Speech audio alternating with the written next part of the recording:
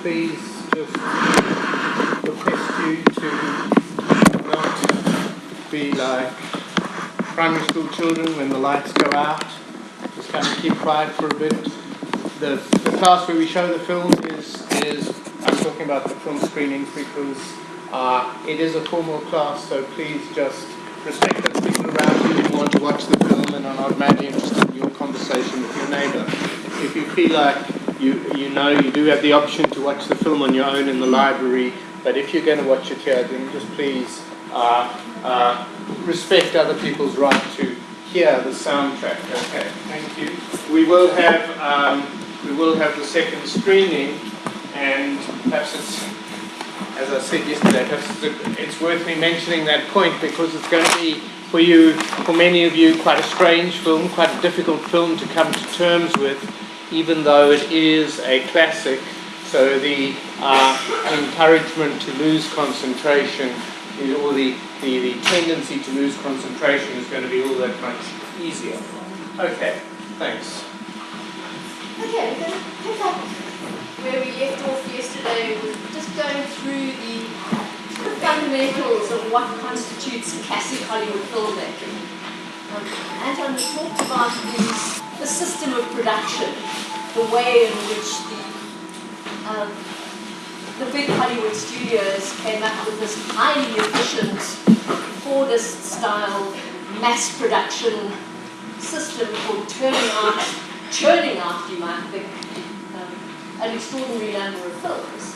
And the quite remarkable thing is how good many of those films were, despite the fact that they were produced en masse, on an industrial scale, through what one might call an industrial process. I'm going to please when that thing disappears. Sorry, it didn't.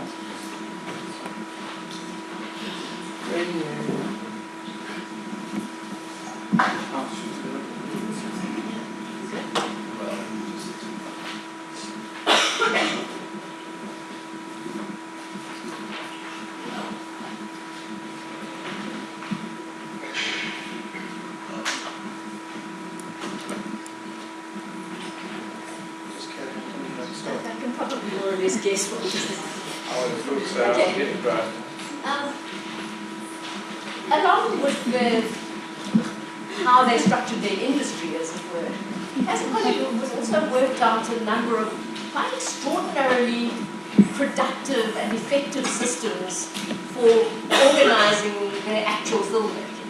For how, for instance, they organize space in their films, for how they order time in their films, and for how they structure the narratives in their films. So I'm going to start just by talking a little bit about the spatial conventions that they came up with. Remember, in the Musketeers movie, in the Griffith movie, we were complaining that what Griffith hadn't yet figured out is how to make cinematic space clearly comprehensible to the viewer. So when those two gangs in the Griffith movie were chasing each other, often one gang would go through a door into a space, and you wouldn't know whether the other gang was already in that space because you never see the whole space. Or they would go out of the door and you wouldn't know whether they were entering a space where their enemies already were, because you couldn't work out which doors led to the alley, which doors led to the landing, which doors led to the bar.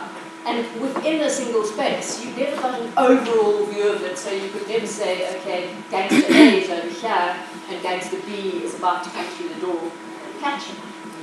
Classic Hollywood quite rapidly figured out what conventions to use, and they seemed to us terribly obvious, but they still had to be discovered, they had to be developed.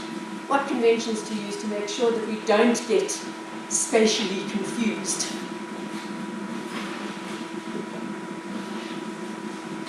Don't worry too much about it. Oh, there we go. That's perfect. Okay. Firstly, the viewer should always know where the action is taking place. And that can mean, in a macro sense, are we in Los Angeles or are we in Tokyo? Or it can mean in a micro sense, whereabouts in a room or whereabouts in a building is this particular bit of action taking place, and how is that related spatially to the other part of the room, or the other part of the building, or the building next door, and so on. The main action should always be appropriately positioned in the frame, and by that they mean that in a classic Hollywood film, not that your main characters always have to be dead center of the picture, but that for the most part the important action isn't taking place right down in the bottom left-hand corner. And lots of more experimental films later played around with exactly that. They would show you a huge landscape with a tiny little figure running right along the very bottom of the frame. But classic Hollywood pretty much sticks to the convention that what is important is going to be more or less central. It's going to be very clearly in the main part of the picture, not happening somewhere on the margins. And then the editing needs to follow the principles of continuity so that the actors stay in the same area of the frame. We'll talk a little bit more about that in a moment in relation to something called the 180-degree rule. But it simply means that if in shot 1 you've got someone at this end of the table and someone at this end of the table, in shot 2 they shouldn't have suddenly, instantly swapped ends. So by the late 1820s, C.H. Singer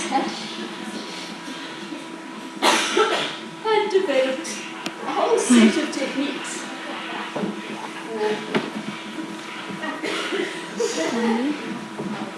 We're just hoping it's going to start. It's anything like that, and it does eventually. In the late 1820s, classic Hollywood cinema developed a set of filmmaking techniques to ensure that these conventions were followed.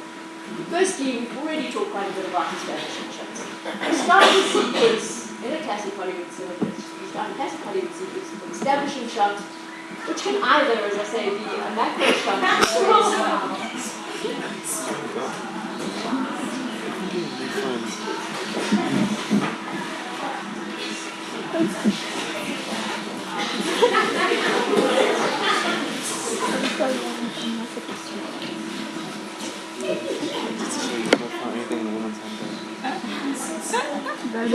That is bad. But it's bad. wonderful Turkish film we were watching a film club where at a very tense moment in this conversation from this woman who boss her cell phone goes off and she just can't find it in her bag. Every woman in the audience was thinking, okay, I've been there. Alright, so establishing shots can either be, as I say, just saying, alright, this is San Francisco in 1943, but more often they are what's often also called a master shot, a shot which gives you an overview of the space in which the action is going to take place so that you can see where everyone is in relation to everyone else. And then quite often they will cut back to that master shot from time to time just to remind you. Just remember, these people are facing each other across the library, or this person has now moved around and that puts them much closer to. So establishing shots, establishing the spatial relations and sometimes the overall context and the spatial context of film. Yep. So in fact what Jill is saying is that there needs to be another bullet here because we don't have master shots here. A master shot is an establishing shot if it establishes something at the beginning, but it's a master shot if it's a reminder to the viewer every now and then, okay guys, in case you've forgotten, this is how things generally look. So you'll cut you can cut closer shots in for a while and then go back to that bigger view so that you get that clarity again. Okay, the 180-degree rule ensures that spatial relations remain consistent. So Anton's tried doing this before, but just to try it again. Suppose you're filming me and Anton having a conversation, and the camera is on that side of us. Anton's going to be on that side of the screen, I'm going to be on that side of the screen. But if you take the camera right round to the other side of an imaginary line drawn between us and photograph us from that side, I'm suddenly going to be on screen right and he's going to be on screen left. And if you cut those two shots together, it's going to look pretty bizarre because it's going to look as if we've instantaneously swapped sides and people are going to think, has there been a time lapse? Are they still having the same conversation? And so that 180-degree rule that you draw an imaginary line along the main axis of your action, and you keep your camera, you can move your camera around, but you keep it on one side or other of that line, and so you don't get people jumping from one side of the screen to the other. And then shot, reverse shot, which is where you have, say you've got two people talking again, you will have a shot of that person looking in this direction and speaking, then you'll have a shot of this person looking that way and speaking, and you'll cut back and forth between them, keeping their gaze in the appropriate direction, keeping them facing the appropriate direction, keeping it clear that they're occupying opposite ends of that line. Match on action, we'll show you an example of that in a moment, is where an action begins in one shot, say somebody opens the door and begins to step through it, and then in the next shot you see them coming through the door. So it's a sort of seamless action, or apparently seamless action, but there has been a cut in between. It just matches the beginning of the action to its end. Eyeline matches, where you have a shot of somebody looking in a particular direction, and then the next shot is of what they see from their perspective, off their eye line, literally an eye line match. All of these things creating the impression of a coherent space. That if somebody's looking in that direction and looking down, the next shot you're going to see is of what they see from a slightly higher angle, because they're looking down. So put all these things together and it creates this wonderful illusion of reality, of a genuinely coherent space and a coherently related set of activities.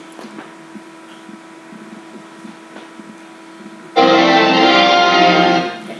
What we're going to do is show you a very, very short piece, just a minute or so of sequence from the beginning of a famous classical film called The Maltese Falcon, directed by John Huston. And it's a very simple sequence, but it's been very carefully constructed. And so it gives a good example of how carefully, how much thought has to go into creating a sequence like this so that you don't notice its construction at all. So that it seems completely natural, so that you always know exactly where you are in relation to the characters and where they are in relation to each other. And it just seems so spontaneous and natural to be unaware of there being conventions, but the conventions are there. And this, of course, is the first one, it's the first establishing shot. We are in San Francisco. We need to know that in case we can't read, we get the Golden Bridge.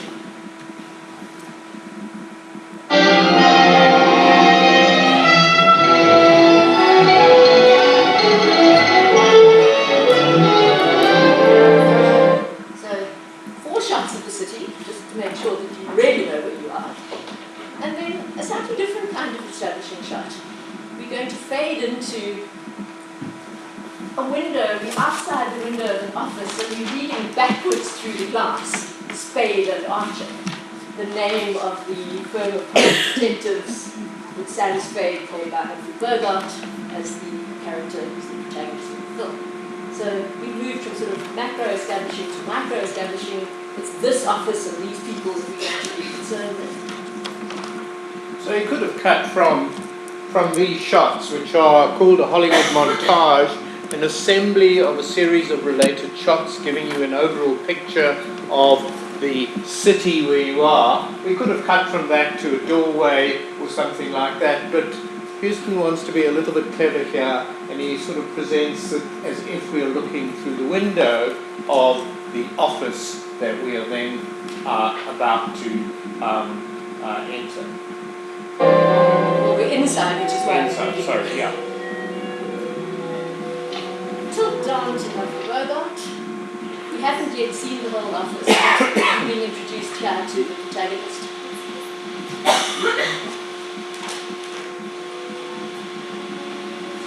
Yes, sweetheart. There's a girl wants to see you. Her name's Wonderly. Customer? I guess so. Just go back. So, Okay. So from the shot of him, we get not a shot of the entire office, but of enough of the office that it's very clear where he is, where his secretary is, where the door to the outer office is. We We know he's next to the window. So we can get a pretty clear sense of the layout of the office. And that sets up the axis of action. If you draw an imaginary line between Effie, his secretary, and him, the camera will always stay on this side of that line. You're not suddenly going to be getting the reversed on the screen. See you. The name's Wonderly. Customer? I guess so. Yes, up there. Notice that she's looking in what is the right direction.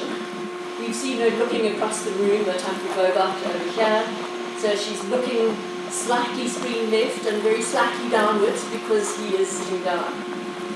That shot of her might well have been filmed at some completely different time. He probably wasn't even in the room, he may not be in the room. But they're very careful to match their shots so that if she appears to be looking at him, her eye line is in the right direction. And you sort of unconsciously notice that she's looking in the right direction and the next shot confirms it. Want to see her anyway? She's a knockout. Sure, Anna. The next thing is not going to be an eye-line match because we go back to Effie, but he's not looking at her, he's looking down. So it's a sharp reverse shot, but it's not an eye-line match, otherwise we get a slightly high, a slightly low angle of her off his eye-line. But we don't need that, we know where they are now. Hey, darling.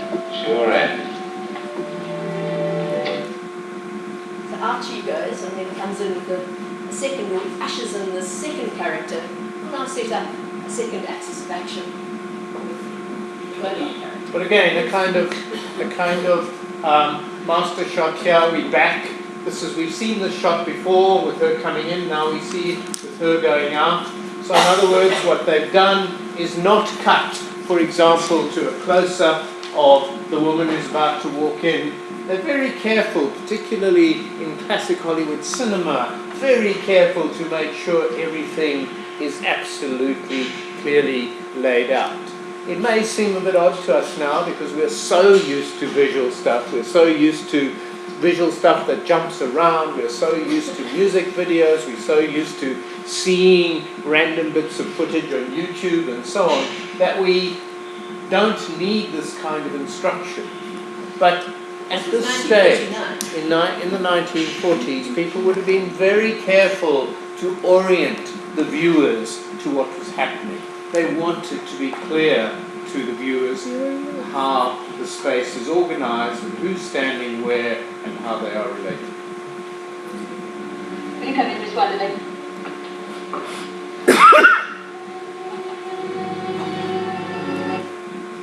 It's going to be a match on action now. Just what? She starts coming towards him, and then we're going to get a reverse shot from behind her where that action is continued, is carried on.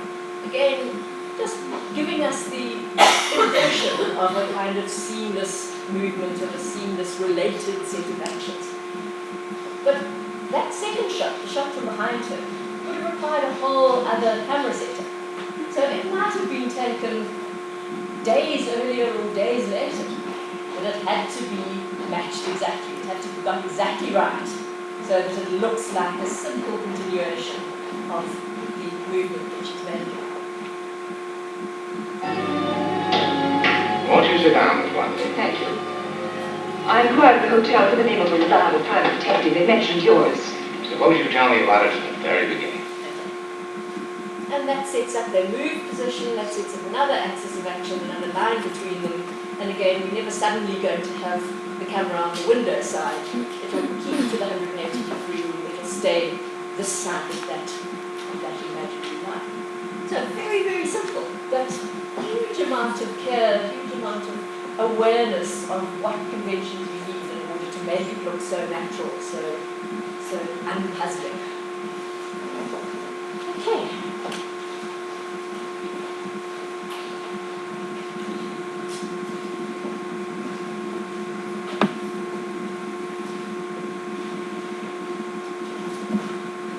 So they had space sorted out, and then the other thing they needed to think about was how to make time coherent to their viewers.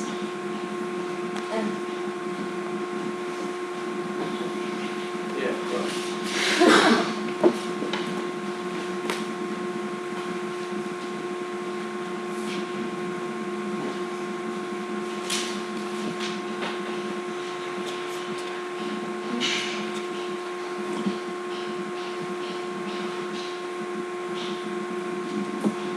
one of the things is that only time that's relevant to the story is shown. And that might seem really obvious, but again, it's a choice, it's a decision. Lots of later, more experimental films often show you sequences or show you events that don't move the story along. The French experimental director Chantal Akerman absolutely outraged conventional filmgoers in one of their early films by spending 10 minutes showing a woman peeling potatoes. And the peeling potatoes had nothing to do with the plot, or nothing directly to do with the plot. They didn't move the story along. But her view was that women spend a lot of time peeling potatoes, and she was damn going to show that in her film. So the idea that you keep your plot very tight by only showing those periods of time where things are happening to move the story along is very much a Hollywood convention, it's very much a classic Hollywood convention. And it's a contemporary convention as well. There are contemporary filmmakers. I remember hearing someone in a commentary on a DVD saying that when he films, the rule he follows is go into a shot as late as possible and come out as quickly as possible. In other words, don't have any rubbish on either side. Cut to it when you have to, come out of it when the job is done. Don't add padding of any sort. And that is very much a classic Hollywood rule. As Jill said, other people think it's not padding. They think it does other kinds of work. But for classic Hollywood, it was a no-no. And time is coordinated to the cause and effect chain of the narration, so if an event happens, the next bit of time that you're going to see is whatever the effect of that event is. So you see an event, the cause, and then you see whatever the effect of that event is. And that's what decides which bits of time you include in the film and which you don't. So time is organized. X happens, and then that makes Y happen, and then that makes Z happen. And again, they developed a set of editing conventions, cuts that mark the change from one important moment or event to the next. If you see someone shoot a gun, you then need a cut to whether the target has been hit. Fades and dissolves are often used to signal a passage of time. So if you want to say, okay, we're moving either into the past, in imagination, or quite a lot of time is elapsing, you use a fade or a dissolve to say, okay, time's passing, now we're in a new place. Cross-cutting, we've talked about quite a lot already in relation to the Griffith, being able to show you two events happening at the same time in different places, but usually related in some way, thematically related or narratively related. Okay. And then finally, classic Hollywood structured its stories in very particular ways, and we've included on the Moodle notes, we've included an appendix which talks about the ways in which Casablanca exemplifies this kind of storytelling. Generally, classic Hollywood narrative moves through three phases, beginning, middle, and end, but in film studies it's called setup, where we are introduced to a state of affairs, a situation.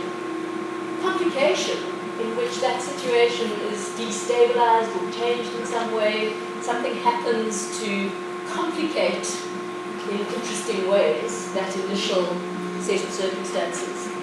And then a resolution where those complications are resolved, the questions that they've raised are answered, and you get a kind of neat, nice closure. You'll notice when you watch Citizen Kane that he's got a beginning, middle, and end, but not in that order. It starts at the end. A classic Hollywood story is almost invariably driven by individual characters. If you want to make a bigger point about what a nation should be doing or what values people generally should be adopting, you get that across by showing specific, interesting, sympathetic individuals reaching those conclusions or adopting those values or deciding to do those things.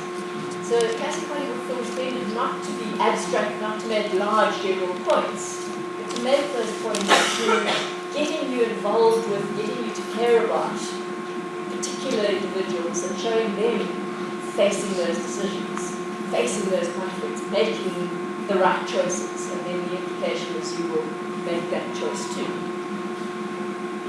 Often, a classic Hollywood story is shaped around a conflict, and it's very true in Casablanca, a conflict between individual desires and obstacles which hinder those desires. So often there's something people want, there's something people desire, and there are problems, there are obstacles, there are things they have to negotiate or overcome or come to terms with if those desires are to be fulfilled. Of course, they can't always be fulfilled. Classic Hollywood stories tend to end with strong narrative closure. The story comes to a satisfying end, there are no loose ends, there are no unanswered questions, you're not left thinking, well, what does that mean? Or, so what does that mean about what happens to so-and-so? You pretty much have a clear sense of where people are by the end of the story. Questions have been answered, conflicts have been resolved, strong narrative closure. Contains no irrelevant elements. All actions must be clearly motivated, subplots are integrated into the main narrative. Often a classic Hollywood story will have a subplot. It will be, for instance, a spy narrative, but it will also have a romantic subplot. But the better the film, the more tightly that romantic subplot ties to the main narrative. It's not like going off at a tangent. It's not an irrelevant extra story that's happening. It's always going to be strongly thematically related to whatever the main story is. And finally, classic Hollywood storytelling tries to be as objective as possible. We certainly sympathize more with some characters than others. We're perhaps given privileged access to some characters' feelings or experiences. But for the most part, we are placed in a position where we see everything. We know more than any one of the individual characters. We're able to get an overview, and we can then evaluate the characters and the events from that kind of privileged overview in a way that would be hard for any individual person in the story to do. So we're not very tightly tied to just one person's experience of things. We're not giving one person's perspective to the exclusion of others. We're given this kind of almost God's eye view of everything that goes on. The importance of that, as I mentioned in a couple of classes ago, you do get those films where you, at the end, it's all been a kind of trick. Oh, so the guy was dead anyway. I think, which one was it, Sixth Sense or something like that, is an example of that. But the fact that those films work is because there is this very strongly established convention, that you're getting everything you want to know. If you walked in the theatre skeptical right from the start, then that film wouldn't work. It's precisely because we are so used to being told everything we need to know that we are then taken by surprise at the twist at the end. Okay, so I think what we should do now is watch the opening couple of sequences, or as far as we could get in Casablanca, bearing in mind these conventions, these characteristics, the ways in which this is very, very centrally a classic Hollywood film. It happens to be an exceptionally good classic Hollywood film, but it is a kind of perfect example of all the ways in which classic Hollywood was able to use this set of conventions.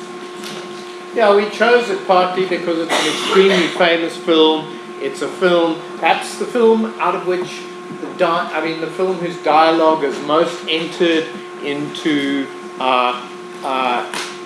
American and English speaking popular culture worldwide. We chose it because of that. We chose it also because it does what Bazin said. It exemplifies the genius of the system. Michael Curtiz, as Jill pointed out, made how many? 85 or so films, and most of them nobody knows about anymore. But somehow, in that system, even though he was just like your journeyman director doing the job he was told, somehow the system all came together and we get this film. So it's a good example not only of a good classic Hollywood film, but also of the classic Hollywood system. Okay, that's why I stopped here on the Michael Curtiz. These films all begin right by giving us the non-diegetic information we need, they want us to know. In other words, we've had the names of the actors and all the rest of it all put up on the screen. That's not part of the story. At the end of that, we begin the diegesis, which is a fancy word for the story itself. And shall we start there? Now we're still going to get a non-diegetic voiceover. Voiceover which isn't coming from any character in the story, contributing to the kind of clarity of the setup, making sure that we know exactly where we are, historically, geographically, and in every other way, narratively.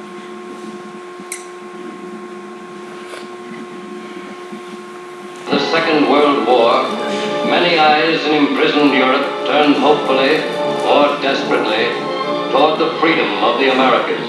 Lisbon became the great embarkation point, but not everybody could get to Lisbon directly, and so a tortuous roundabout refugee trail sprang up.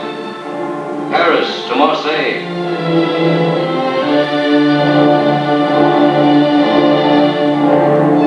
across the Mediterranean to Oran,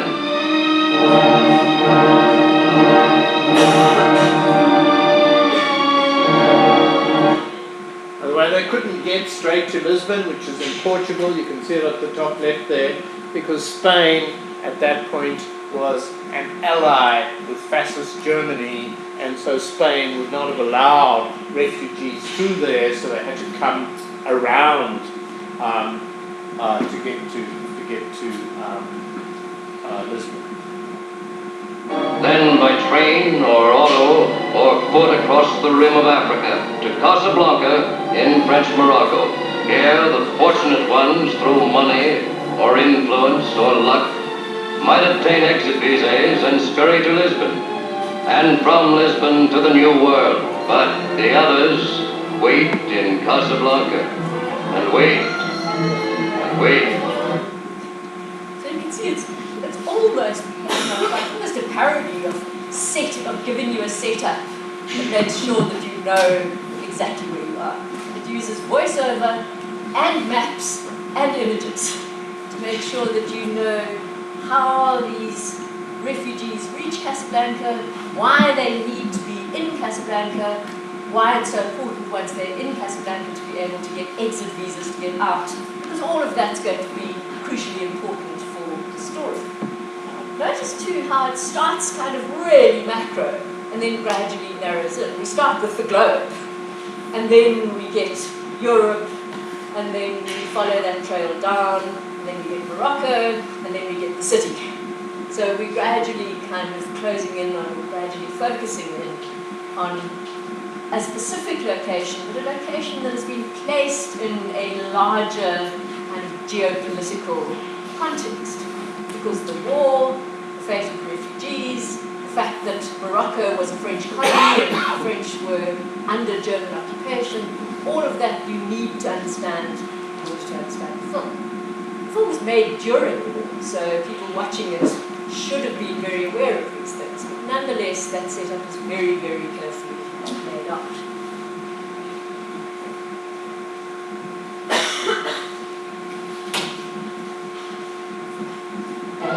And wait.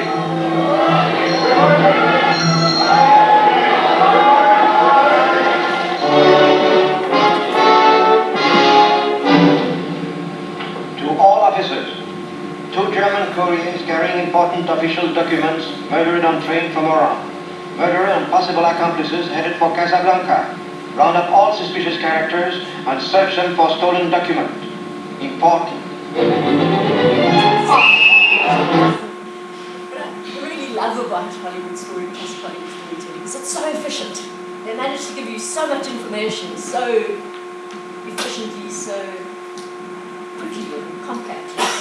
Here, this absolutely crucial plot point of the stolen exit visas, of the stolen documents, and the fact that they are headed for Casablanca is given to us very, very neatly, very economically at the beginning of the film. And now watch this next little bit and see how much it's telling you about the context in which this film takes place.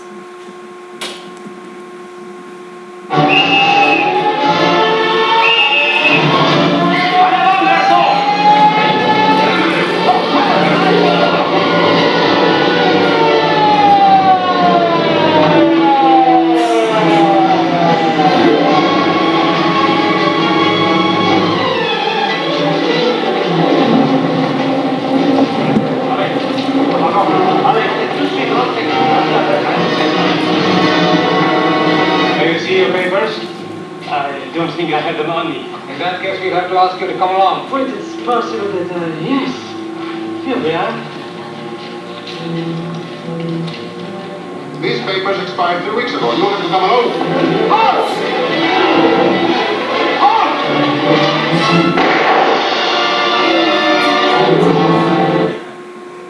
Sorry, you want to stop it then? Just go to the...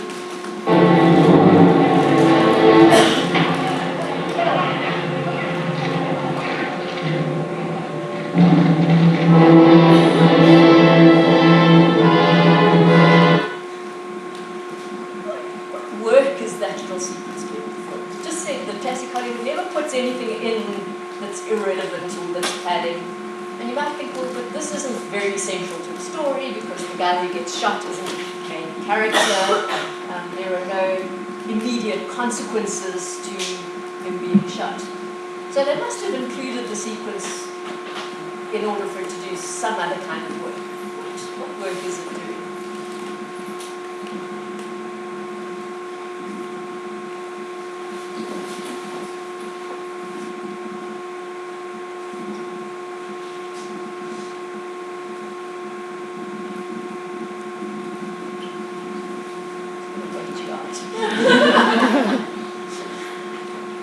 Is it maybe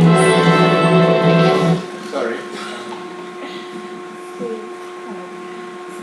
is it maybe setting the mood, like kind of this is a dangerous place to be, people just rounded up, people are shot in the street? It certainly is. I think given that it's going to be a thriller of sorts, it's going to have to do with who's got the letters and what they're going to get caught or not and so on. So it is suggesting the kind of danger and intrigue. It's also, I think, enlisting our sympathy straight away for one side of the conflict, the Free French. The guy who gets shot is carrying a poster which allies him with, or which indicates that he's a member of the French resistance, that he is a resistance fighter, a liberation fighter fighting against the Nazis and the Nazi occupation. And a lot of the reason behind making this film, aside from wanting to make money and make a great and enduring love story, was that it was a film that was hoping to contribute to persuading Americans that joining the struggle against fascism was the right thing to do. There was a lot of debate. By this time, America had decided to get involved, but there was a lot of debate in America about whether they should get involved in what is essentially a European war, a European and Pacific War. Was it their business? Did they need to get involved? And the answer that this film is holding out is yes, you do. The struggle against fascism is everybody's business. That it was America's moral duty to get involved. And what do you see here? You see an unarmed man being shot down purely because his documents have expired, purely because he might be a member of the resistance. So our sympathies are being enlisted quite strongly, I think, for the liberation fighters, for the people that at the end of the film, Rick and Louis will go off to join. We've been shown how people are sacrificing their life for those ideals. We've been shown how brutal, how ruthless the people in the service of the German regime are, how happy they are to just gun down some small, slight, unarmed man just because he runs from them. And there's a lot of irony in the fact, well, two things. Firstly, he collapses against this portrait of Marshal Pétain. In the 1940s, the Germans had occupied large areas of France, including Paris. We see them march into Paris in the film. But they also left parts of France and the French colonies, like Morocco, not under official occupation, but under what was effectively a puppet government. Puppet government under that guy Marshal Pétain in a town called Vichy. So the Vichy regime were the puppets of the German occupying forces. At the very end of the film, I don't know if you noticed, Louis, just before he changes sides, is about to take a swig of Vichy water, and then he says no and drops it in the rubbish bin, saying no, I'm not having anything to do anymore with the Vichy government, with the collaborationists.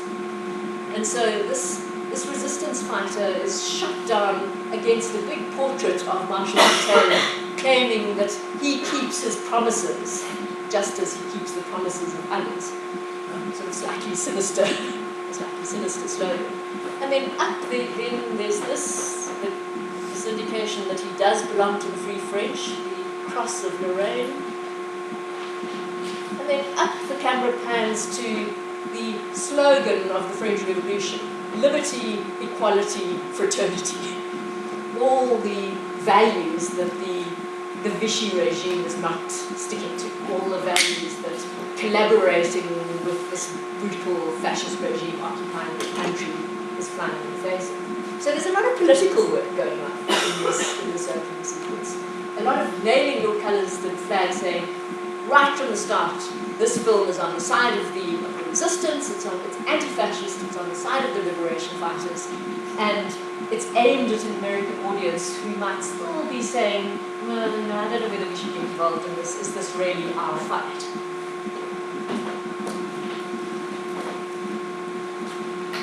I think that's probably... Yes, I think we've come to that.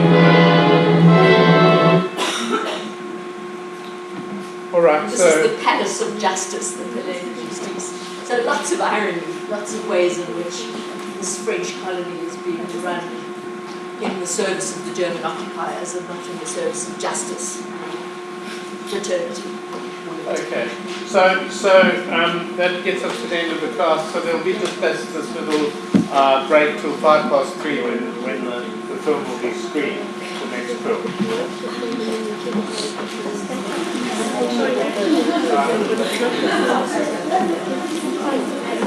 Yeah.